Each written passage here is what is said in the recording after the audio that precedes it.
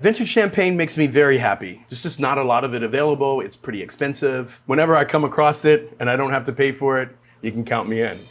Hey, I'm Sommelier André Hueston Mack, and today I'm gonna be tasting champagne from the same producer from 5 different ages. Over 50 years, champagne totally transforms in the bottle, and today we're gonna take a look at it.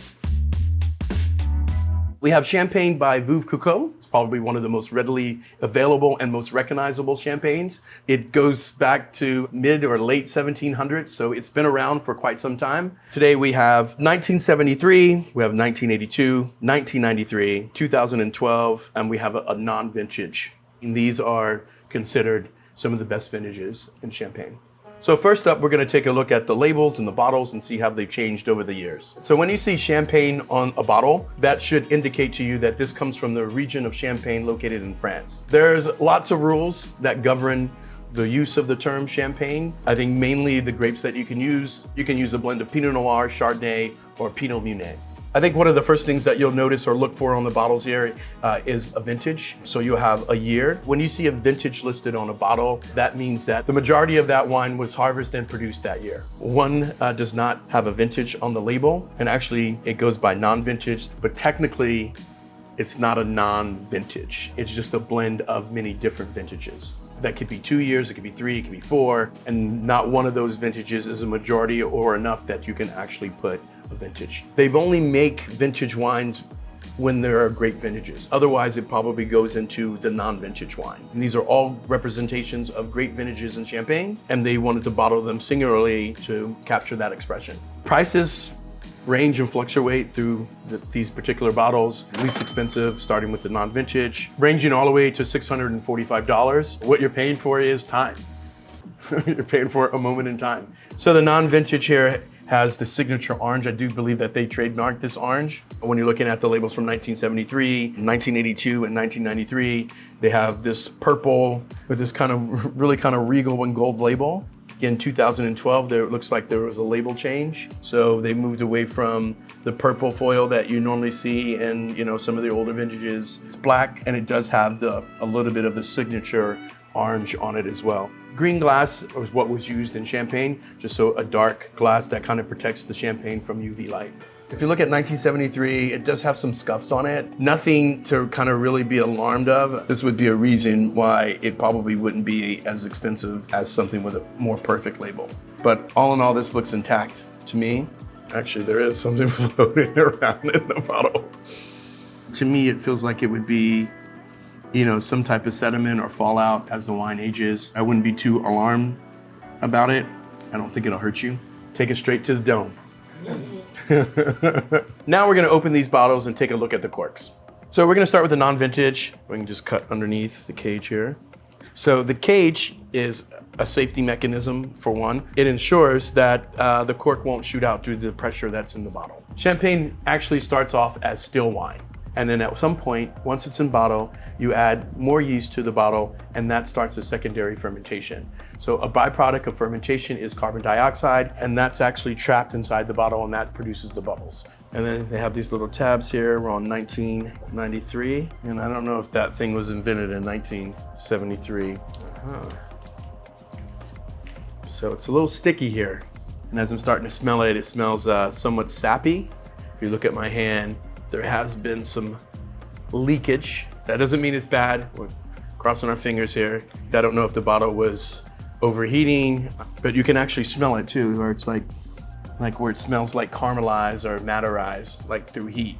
This indicates that gas has escaped from the bottle along with some of the champagne. So we're gonna go ahead and open the non-vintage. I think people joke around a lot, but you should really be serious about opening champagne. It can definitely put somebody's eye out. I think the first thing you wanna do is always keep your thumb on top of the cork. The little lever here, pull down, and this is basically 6 half turns, pretty universal. Now it is, so it's 1, 2, 3, 4, 5, 6. And then keeping my thumb on top, I wanna grab the bottom of the bottle, and I just wanna twist the bottle. Slowly, and then kind of let the pressure push the cork out. And that's it. You're not supposed to make a big popping noise. I think you see that in movies and they shoot it across the room and all that kind of stuff, and that's a little bit reckless. And this is actually Madame Clicquot. So that's her there. She was a revolutionary and a visionary within the champagne world. She was the first woman to actually head up a champagne house. A champagne cork is different than a wine cork in its shape. So it almost kind of looks like a bell. They don't start shaped like that. The cork goes in halfway, and then because of the pressure that is applied here on the cage and how it's tied and the pressure up against the bottle makes this little nudge here. So we're gonna go ahead and pour a little of this non-vintage here. So the mousse is kind of the head as you pour it. There's bubbles in the glass. So you have these very tiny, small bubbles, and I think that's what's really great. Big bubbles, I think, get in the way. This is like a straw with a golden hue. They don't do any type of maceration for champagne. It gets its color from the actual juice of the grape. So now I'm gonna open up the 2012.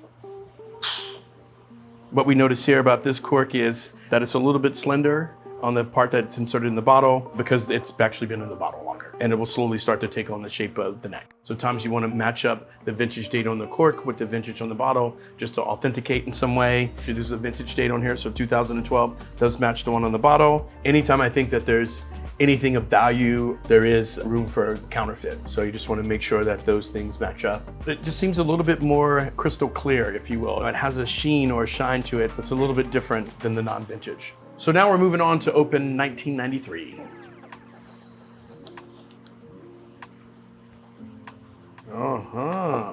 So there wasn't a lot of pressure, even if you look at the cork. It looks like a very old champagne cork where it's not, inflated on the bottom. The portion that goes in the bottle is pretty straight. I don't see anything moving in the bottle, but we don't know. But look at that. Look at that, looks like pear juice compared to the others. 19-year difference. It's definitely gonna pick up some color here. As more oxygen has seeped into the bottle over the aging process, it makes the wine darker. There are small bubbles starting to propagate and pop up here, so it's still ticking. I'm excited to taste this. All right, so we're traveling back in time 41 years. This is 1982. We're gonna pop this puppy open. I can feel a little gas coming out right now, and that was it. I would say a little less pressure than the 1993, but pressure nonetheless. I do see bubbles in the bottle, so this looks like this is still ticking. That looks like some kombucha. So very short-lived mousse, very small bubbles, very dark color, looks more like apple juice. Really golden hue, fascinating. 41 years. All right, so now we're moving on to 1973. I'm gonna go ahead and open this 50-year-old bottle of champagne. We do know that some wine has escaped through the bottle, so we're kind of on the lookout for that. So back in 1973, it's still universal. The cage is still 6 half turns. This cork is just spinning around. No real pressure at all. All right, I don't see any bubbles being produced in the bottle. It does look cloudy. I don't know if that's the glass. It's definitely a different style glass that they use in the other vintages. What I'm a little worried about is, the cork is brittle, so that kind of raises some suspicion. And the cork seemed to just kind of spin around in the bottle, which tells me that this part of the cork that's inserted in the bottle was smaller than the bottle, and that's where we were getting our air coming in from and the seepage from. The cork will shrink just over time. Like at some point, it could be heated up so it can expand and then kind of contract. What you don't want in wine is these big temperature swings. You want a steady temperature, and the ideal temperature is somewhere around 55 degrees. The only way we're gonna know if it's still good to go is to pour it.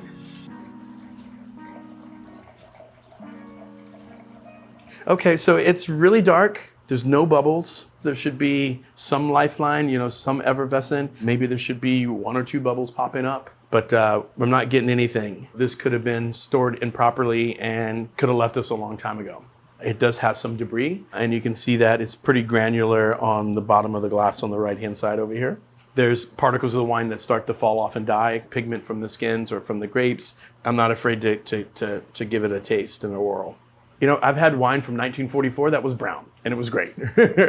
I'm very excited to taste these wines. This is right up my alley. Champagne every damn day. So now we're gonna move on to do a smell and taste of the non-vintage. Wow, this is a smell that's all too familiar to me, like marzipan. There is like a minerality, so like wet rock, lemon, lilacs. It is a little kind of toasty, minerality, rock. There is a little bit of pear and a little bit of some acid. I am salivating a little bit. Medium to full body. You're gonna definitely tell that it's not flat. You put it in your mouth, it starts to fizz and bubble again. And this is pretty standard and basic entry-level champagne, non-vintage for Veuve Clicquot. I think it's a great starting point. So now I'm gonna move on and taste the 2012. All right, so getting a little apple. In a weird way, it smells like onions. Not pungent onions, like onions that have been cooked down, slightly caramelized, buttery, brioche. So it's green apple, apricot, a little bit of like citrus, and then you get like all of this kind of hazelnut thing happening on the finish. Some of the things where it's starting to show its age and taste its age, for me, as it starts to get a little bit more nuttier, it's starting to show what bottle maturity looks like. As it ages, the primary fruit and the primary notes that you get start to like change into these secondary notes that you get through aging. Now I'm gonna taste the 1993. Woo! Yeah, so that definitely smelling more butterscotch, more kind of reduced, cooked down apples, pears, a little bit more like nutmeg, some white flowers. It smells like it's been in the bottle for quite some time. Caramel apple all the way, Halloween, trick or treat, cooked down, it's been in a pot stewing, and it tastes like old white wine. And this is where I think the tasting of champagne and the experience changes drastically between 2012 and 1993. This has very, very small bubbles. This is just a total, complete different experience. It's not gonna be sparkly and bubbly the way that, something that's younger is. And, you gotta drink it quickly. So now we're gonna taste the 1982. 82 was a good year for wine overall. It's more like a caramel chew.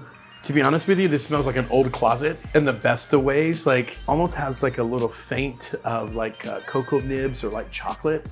There's a very, very slight prickling of the tongue from the bubbles, very, very slight. I think within the next 5 minutes or so, there'll probably be no more gas in the wine. A lot of the primary fruit, especially as wine ages, and in the 1982 in particular, have kind of fallen way to the background. They're a little bit faint, so I get like just small, like whiffs of like pear, but like on the apple side, it's like cooked down, reduced. So it's still there, but it's like it's changed its form. This definitely drinks more like a wine than actually champagne. You want to open it for people who you think that would appreciate it. I probably wouldn't open at a New Year's party. And the big moment of truth is now we're gonna taste the 1973. Oh yes, we're tasting, yes. I'm kind of nervous. To be honest with you, it smells slightly corked. There's a kind of a wet cardboard thing happening underneath. So when I say corked, it's cork taint. So it smells like a wet newspaper, wet animal. There's a disease that's passed on through corks that aren't treated properly, and it's believed that 1 bottle in every 12 bottle case is affected by cork taint. It smells like pear juice out of a can.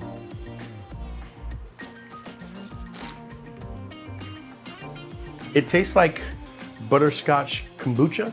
It tastes like old white wine that's past its prime. But nonetheless, I think this is all educational, and it's definitely drinking a wine and understanding a wine that's kind of past its prime. There's caramelization thing happening, this butterscotch happening, and then that's it. There's nothing else. There's no nuance to it. That's all you get across the board. This ship has set sail here. It won't make you sick or anything like that, but it is a Fulton wine. So there's a lot of different things that can happen, and buying old and rare wine, there is a risk associated with it. There's no recourse to get your money back. Buy at your own risk. This is the game. I love the game. Love the game. You win some, you lose some. Hopefully you win more than you lose. What really stood out to me in my favorite was 1993. I thought that was fun and like kind of where I would like to be at, where you can really see where it changes. This was a great tasting. I think this shows you what could happen when you buy old and rare, and how it could be a miss and it could be a costly miss. And then I think it just showed you how champagne ages. To me, this is all about sharing the experiences and making learning fun. 1973 didn't catch me completely off guard. I would love for it to be great. I could lie to you and say that it's amazing, but that just wouldn't be me. And it's not good to drink. It's not pleasant to drink.